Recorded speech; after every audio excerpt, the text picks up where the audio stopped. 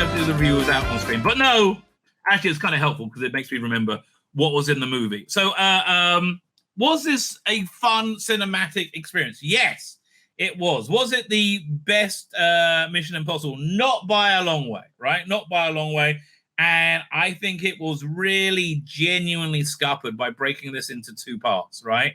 Because essentially you get the first act of a movie. Now, the good thing about Mission Impossible, I think the best one was Fallout, the last one, was that you get all this insane great action and a very good tight spy plot, right? So you didn't get that with this one. You got the beginnings of one, you got the setup of one, and you got introduced to interesting premises and characters. But mainly you got long, exquisitely made action set piece after long, exquisitely made action set piece after long, exquisitely made action set piece. It was 2.5 hours long. Look, my guess is the story for Mission Impossible Dead Reckoning Part 1 and 2 is probably about a 3-hour event, right? 3.5 hours. So they're spreading it out to 5 hours. So yeah, I think this movie was really hurt in its conception of breaking into. Is it worth watching?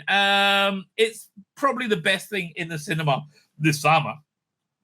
Probably the best thing been in cinema this year. I mean, in terms of like fun blockbusters, my recommendation when it comes to England and wherever out in Israel, wherever else in the world is Sound of Freedom. Right, but which is doing very, very well. Thank God. I'm really happy about that. And it's not so it doesn't have the same kinetic energy, storytelling energy that the earlier ones have had, and it really lacks it. Right, it really lacks it, and it ends in the middle. It feels like the first half of a movie. It's great to see all the Mission Impossible people back. Tom Cruise is certainly older. And I kind of like him being older, right? He's certainly older, and he's a little less physical in this, right? Just a little less physical. But again, the amount of work and effort that went into this, I thought was excellent. There was a little bit too many, what's the word? Crisscross, like double crosses, right? There was a little bit too many double crosses. The new character introduced were good. The villain was good. You're getting a little bit more of Ethan Hunt's backstory, which you didn't really need. Funnily enough, I watched Mission Impossible 1 earlier this week, which is essentially Ethan Hunt Begins, right? And it had the same director of the CIA, or whoever it was, from the first one, Kitteridge, all the way through this one. You get a bit of mask action, which is a lot of fun. Rebecca Ferguson turns up, but again, because there's so much time for him to play with, it's lacking tightness, right? It's lacking, tightness. That's really the best word for it. But again, in terms of the amount of work and effort that Tom Cruise and crew went into to make this into an absolutely awesome cinematic experience is palpable, right? You can really genuinely tell, right? And the care and effort that went into everything, and you really, they went over, above and beyond. The new character played by, what's his name? What's the bloody name that everybody finds reasonably hot? Can I say it down here? Hang on.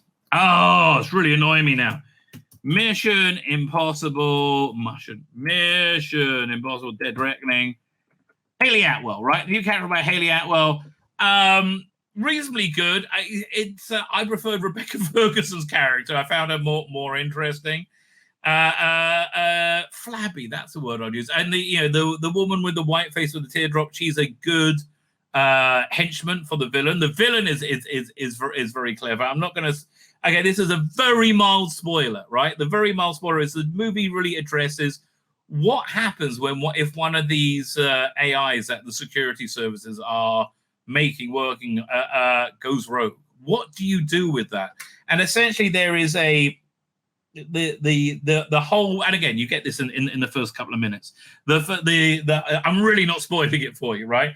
The answer is you're going to get every government in the world, every security agency in the world chasing after this AI to control it so they can control the world. Whereas Ethan Hunt's like, no, we got to get after this and destroy it because it will destroy the world. And I tend to agree with Ethan Hunt on this. So I think, when all's said and done, and this movie, and you get the second part of this movie out, I will probably rewatch the first part for their great set pieces. But man, it's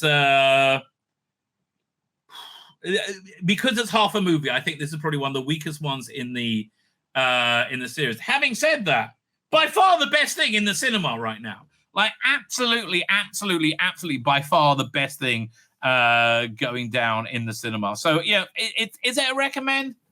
It's worth seeing on the big screen because those set pieces are freaking incredible, right? And it's beautiful, like the car chases through Rome. All that again. You know what? Something else I noticed? It's retreading old ground, right? It's retreading ground it's been to before. You had a very, very good train fight sequence, which clearly Indiana Jones ripped off, I think. So that was very good, but it felt very much like the train sequence from the first one. And there's a very good car chase through Rome, and at one point they're in this tiny little yellow car. It feels like what was it For Your Eyes Only? It was For Your Eyes Only, right? I think so. In the James Bond movie, right? So it feels like it's retreading itself right now as well. So I was disappointed, right? In fact, like I left the cinema with my wife, and she was annoying me, and she was like, "Yeah, not that much plot in it," and there wasn't, right? That's the problem with it. Not that much plot in it. And then on the way out, we got charged an extra $10 for charging to park my car. Or my wife's car, I should say. Actually, no, I think I own it. Park my car in the cinema so I can patronize the cinema. I'm like, you. Enough. I'm not going to cinema again. Enough. I am done, baby. Done. Like I'll go and see Dune in the cinema on my own, but I don't imagine going to see the cinema with my wife again on a date, right? Which is, I think, a bit of a failure. I think it's the absolute opposite that Tom Cruise wanted. But again, very well done, excellent spy set pieces. That's how I would explain it.